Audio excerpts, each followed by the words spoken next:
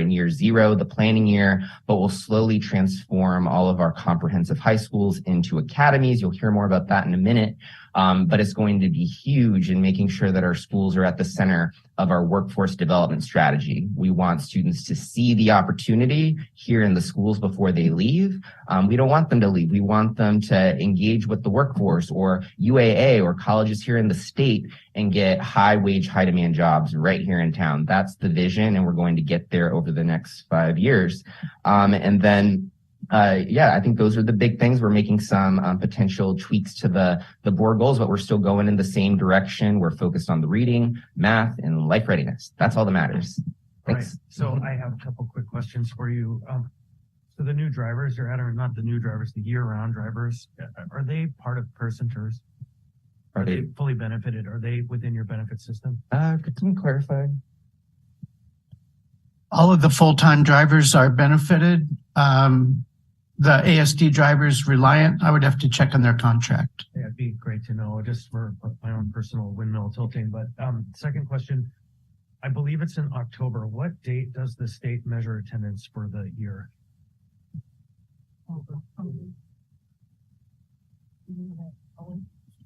Right? The OASIS count will take place the first 20 days in October. So it's coming right up.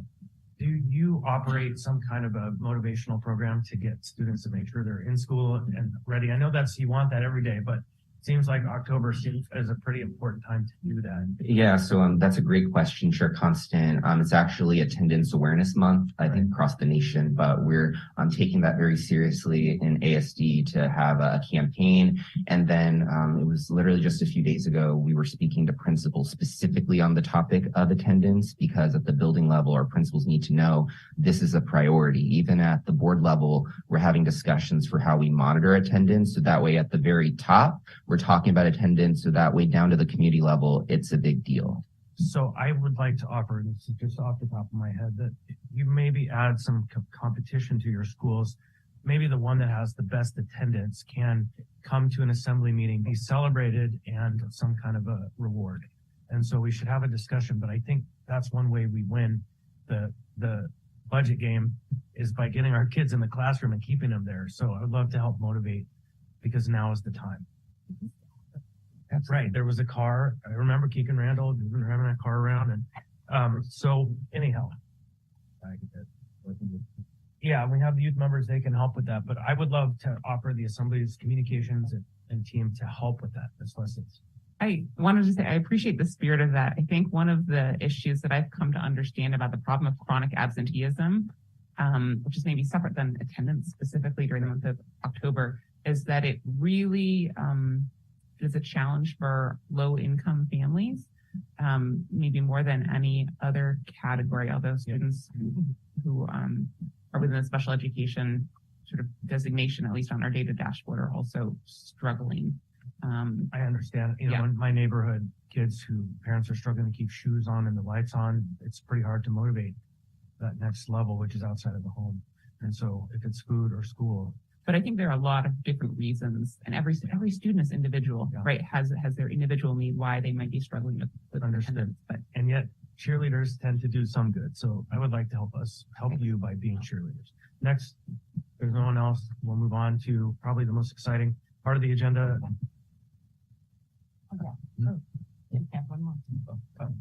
Under welcoming. No, that's the most exciting part of our agenda. CCL community, community invite. This part is the part that is transformative, and let's hear about it. Yeah, sure. So I want to introduce you all to Dr. Kirsten Johnson. If you don't know her already, she is the senior leader that's really championing the college career and life readiness work for the district. So I'll let her take it from here. Thank you, Dr. Bryant, and thank you, Madam President, for passing that along. There's a couple of handouts coming around. I'm super excited about where we are as a district in our College Career and Life Readiness Initiative. The work is definitely started. I was here with this body last spring, kind of updating our overall plan around developing career academies at the high school level. Those are career academies in our minds will really help us with our workforce need, help us with our student engagement, and getting our kids connected to our community. Those are the main goals. around launching the career academies. We want our kids to see their pathway and connection to the city that they live in so that they can stay and work and play here in Anchorage. So, and we also want them to just really see the relevance in their schooling in high school. I think that's something that kids are really looking for, and we can improve on it through the academies model. So just a reminder of the timeline. There's a timeline flyer there. We are in the 23-24 school year. As the superintendent mentioned earlier, we're really doing a lot of planning this year with the idea that our freshmen of 24 would enter into our first phase of this implementation in a freshman academy, and then followed by a career academy where they would make a choice as a sophomore to choose a CTE pathway of courses as a part of their schooling. And so part of what we're doing this year is a lot of community outreach. We've been working on that all summer. So we've been to hundreds of places at this point, too many to count. We're reaching not only business and industry, we've worked with our military leadership, we've worked with different nonprofit organizations and been all over the city talking about our academy model and working on our partnerships. Some of our main partnerships for folks that are new to the body, we have very tight partnerships with United Way. They are our major partner in the community working through this, and it aligns nicely with their Cradle to Career initiative through United Way. So we are partnering with them. We are also partnering with AEDC, the Anchorage Chamber, and UAA very specifically as a real partnership with those organizations as leadership through this transformation so that we have a true community buy-in for it. That's the biggest change, I think, in this process is that it's not just an ASD thing. We want it to be a community connected endeavor. And so in that vein, just as an update, you have an invitation. You should have received this in email as well, to our community convening. And essentially it's the start of our community conversation for developing what we think kids in the Anchorage community should embody when they graduate from high school. That's one of our missions on that conversation. The second part of the conversation is going to be looking at the workforce data in business and industry and what are the needs in our community for meeting a workforce needs. So that's where the academies will start. It will be based on that workforce data, and it'll also be about the conversations we have and what we value as a community.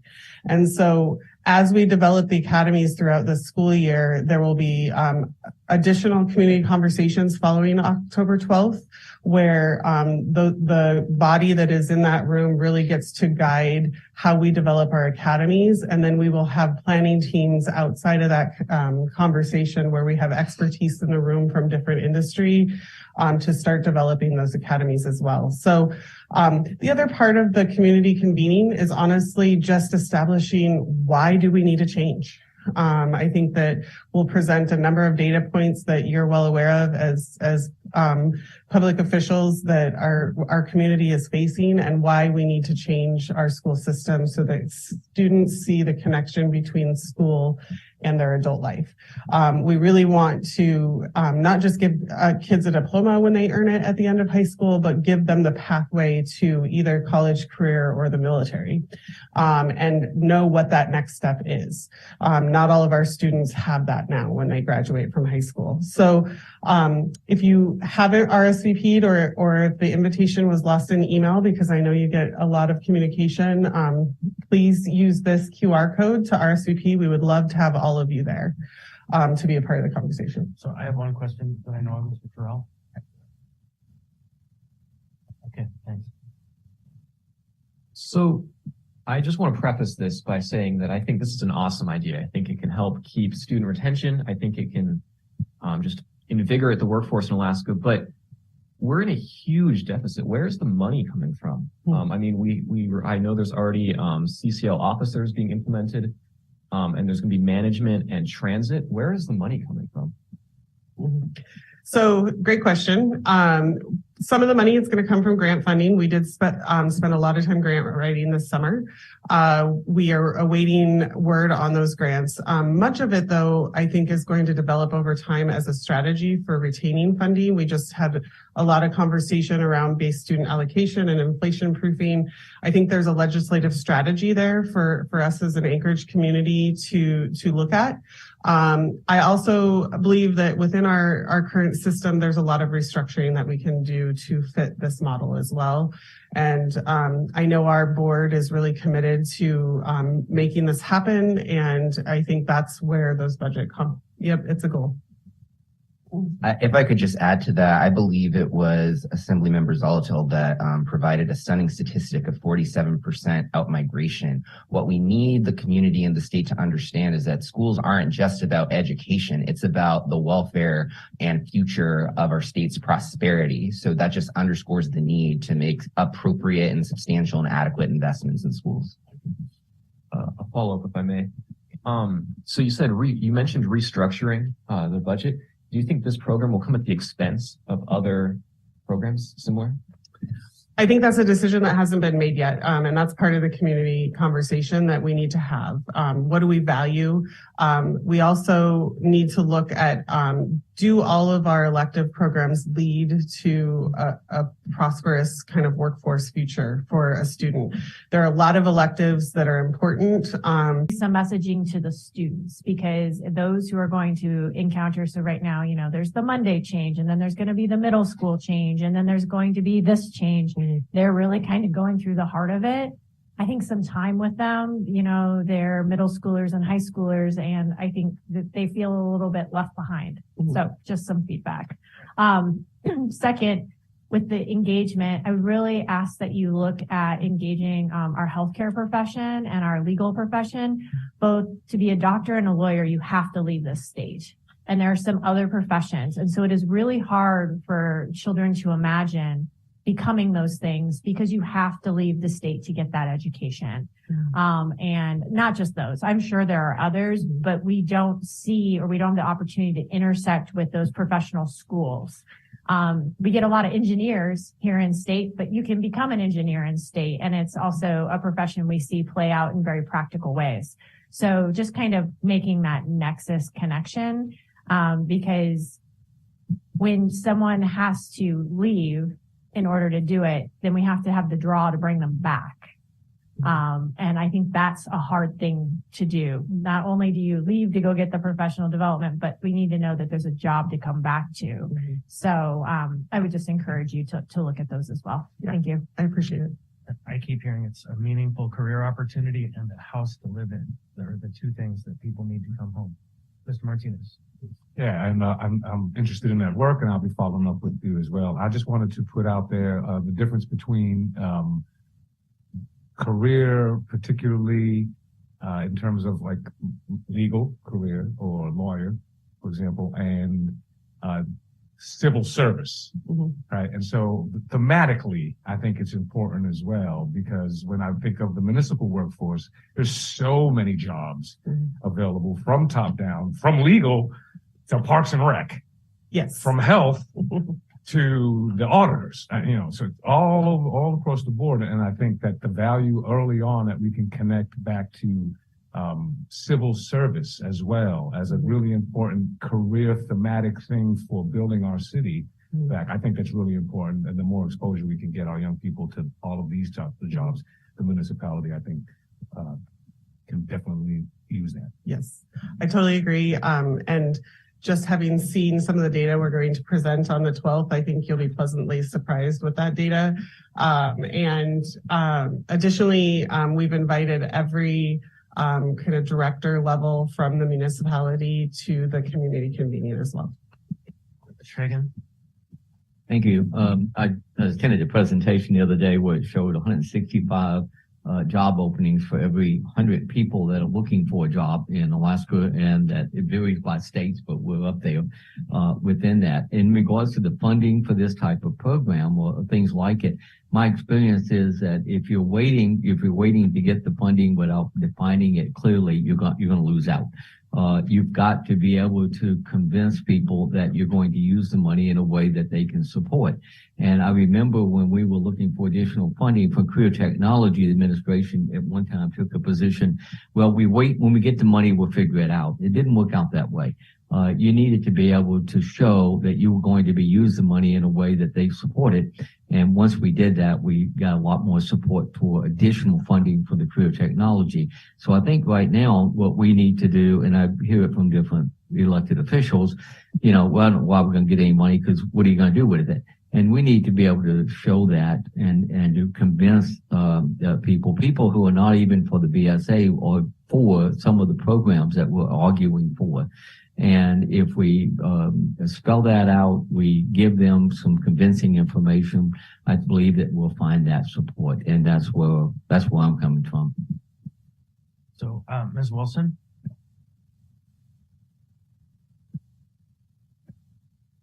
The career college life readiness work is near and dear to me. I'm a huge advocate. I'm really excited about so much of it. And part of it is the collaboration and deeper connections within our community, with our businesses, with our municipality, with so many different areas in our community to connect, have those opportunities for students to connect with them as well along this way. And for that input, as this community convening will begin that process, for that input to make sure that our students are prepared with industry standards, with how the actuality of these jobs actually function, with the future opportunities for our students as they go later into their high school years for on the job training opportunities and internships. And so really to have them prepared for their career, if that's what they so choose, or college, with the different certification opportunities that are being worked on with UAA. So there's a tremendous amount of work. It's very, very positive.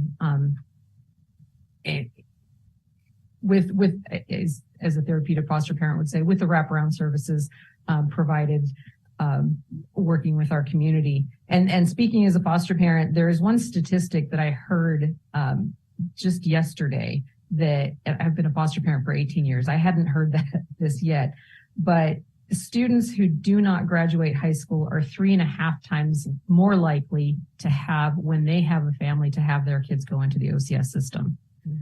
And so as many students as we can get excited about staying in school, get excited about graduating, get excited about their future career, whatever they so choose, the better. So this CCL work, I'm super excited about. I'm 100% behind it, and I look forward to the future partnerships. And I would like to say thank you, Member Constance, for your excitement about attendance, because talking to pretty much any employer in town, attendance and those soft skills is extremely important to them. Oftentimes they will say, I can teach them much of what they need to learn, but they need to be here on time and ready to learn that. So thank you. And for my part, when I was thinking about attendance, I was thinking about the bottom line. But bottom line, I guess, really is education and preparing kids for the future. So I think we agree. I would put one caveat that as this transition is made, let us not lose sight with the fact that in a good liberal arts education, we create well-rounded people, not just career-ready people. And so whatever this program generates, it should also care for that other part of the student. Ms. Bronga. I used to teach career tech at Wendler. And one thing I really hope to be part of this convening, but sometimes ASD kind of throws something out. I was a family consumer science teacher, and at one point they became convinced that that was not a career. And so they were more looking at the computer and the shop. And if you go into any fast food restaurant, not that we want that to necessarily be anyone's career, but those skills that you learn in a family consumer science class are really applicable to jobs and maybe even careers. So just leave everything open that's a possible career as well. Yeah. If Sorry, Madam President. No. Okay, just as a quick follow up to that, one of the things that we will be looking at, there will be what we would call global electives. So to your point of a well-rounded student, we still want students to take fine arts. We still want them to take music classes. We still want them to take world languages. We still want them to take a variety of electives to create that well-rounded individual. What we're looking at through the academies is in addition to that well-rounded experience and those 4 core subjects that are traditionally taught, language arts, social studies, math, and science, is that a 5th core course around CTE, or what we would call an academy course, is added to their core schedule. And so when you're thinking about a student's schedule, you're not necessarily thinking about eliminating anything that they have access to. It's actually adding to. So, yeah. Mr. Martinez. Right on. Just the idea of purpose, I think, is important. Just to add on to that, and I'll come back to another comment. I wrote it down, but I want to wait a little bit. All right. So I think, unless you have anything else, we'll probably. No, I wanted to keep it short and sweet. We'll get to dive in deep on October 12th, so I hope you're able to come. Look forward to the briefing. Yes, if you are coming, we would love for you to use this QR code that's on this invitation to RSVP. That way we can plan lunches and great things like that for the day. Ms. Martinez. I think this is the time then.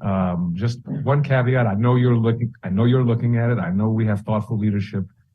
I've heard from the community, from different various folks in the community, that from their experience when in the past, when school districts have tried to do this, Black and brown kids get funneled into certain areas. And so the equity question, it just is persistent nowadays. And I think it's different than it was back in the day. So we really have a welcoming Anchorage. We have a welcoming community. And so I just want to make sure that that's on the record, that I've heard that. I know we have thoughtful leadership that is going to make sure that we are doing the right thing by that. Yeah, no, I appreciate that. That's definitely at the forefront of our planning.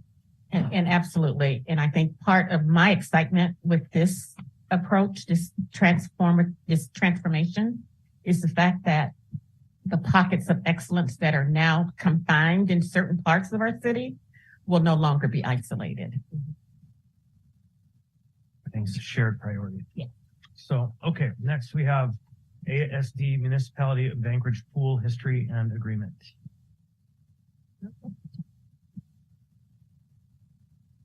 Hi, I'm Jim Anderson. I'm the Chief Operating Officer. This one will be very quick. The ASD swimming pools, all 6 of them were transferred to the municipality on June 30th, 2001. They managed the swimming pools. They set the fee rates for individual swimmers, swim teams to include ASD. We pay for the use of the pools and schedule with the municipality for our swim teams. We don't have very many students in curriculum going to use the pools, but some of our life skills students do that. So we haven't really managed the pools for over 20 years. I do know that East High, the fire suppression system was fixed this summer. It was closed all summer, which may have led to some of the community concerns to Assemblymember Brawley. But it's now back in management hands. They're filling it with water, getting it up to temperature, and I believe that they're hiring, but I don't know how they're struggling. I know everyone is struggling with finding employees, and I believe they are also at East High at this time. Yes, ma'am. Ms. Brawley. I'm sorry, I had Ms. Brawley in the queue, then I'll have Ms. Braga, then Mr. Cross.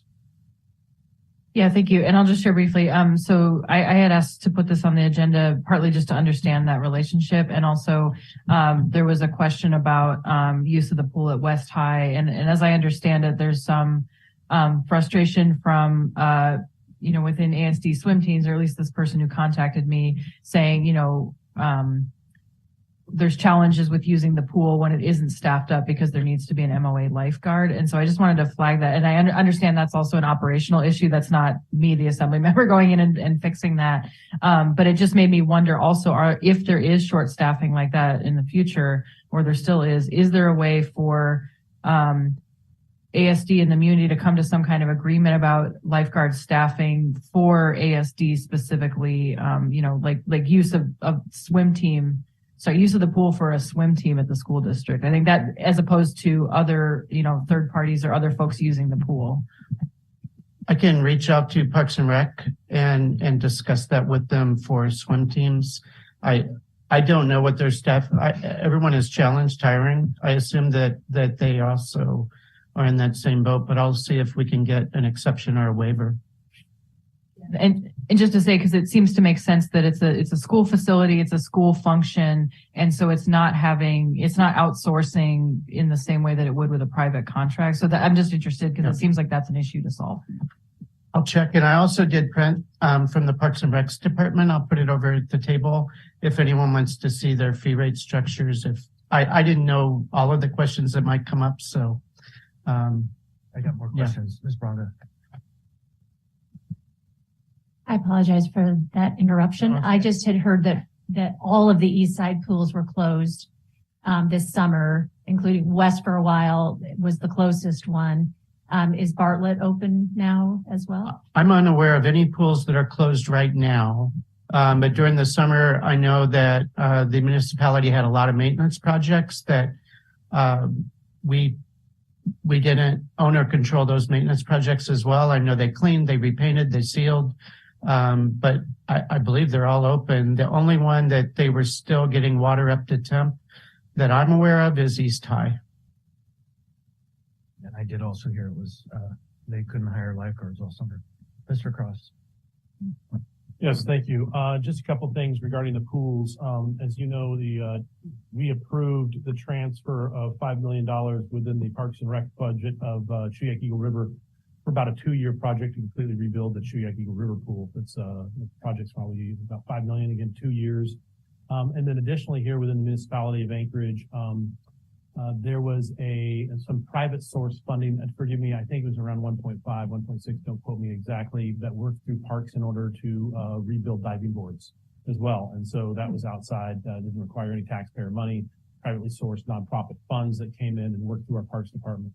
So many of the schools starting next year will also see diving board replacements, which is great because that's and then finally regarding Mrs. Brawley's question regarding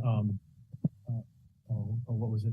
Lifeguards. That has been a real struggle. Out in Chuyak, we had 2 full-time lifeguards, and our fear is while the pool is being remodeled, obviously we don't need lifeguards. So when the pool gets done, making sure we have those individuals, or we have people like that. Lifeguard is apparently not a very there's not a prolific amount of lifeguards floating around Anchorage for whatever reason, but they're actually looking at other ways to expand their employment role and say, hey, is there another position we can find you within parks that we can utilize skills so that when we need lifeguards, you're around. And so that's a challenge. Thank you. Thank you. Okay, Ms.